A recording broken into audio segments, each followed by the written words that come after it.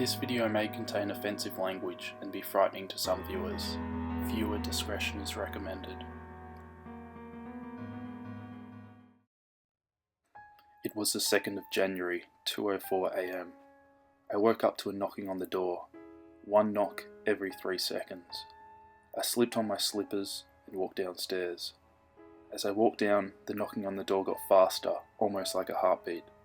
When I got to the door, the knocking stopped. I looked outside, but nobody was there. I walked back up to my room and went back to bed, thinking it was just some kids playing a prank. At 4:21 AM, I woke up to the front door slamming shut. I jumped, terrified. I looked over to my fogged up window to find "Smile" written all over it in the frost. I grabbed my phone next to me, ready to call the police, only to find a message written on it saying, "I told you to smile." Terrified, I ran for my life, heading outside. As soon as I got outside, I knocked on the door of my neighbour's house across the road. They answered and held me while I sobbed. At exactly 5:42, the police came to my neighbour's house, after an extensive search of my house. They told me there had been no evidence at all of anyone in my house other than me. The messages on the window were gone, same as my phone. They told me to get some sleep and advised me to see the doctor about stress and anxiety problems. Stuff that I knew what happened to me was real. The following evening, after spending the day at my neighbour's, I went home. I went to my bedroom and set up a camera. It was aimed at my bedroom door and my bed. I set it to record and went to sleep. Thankfully, I slept through the night.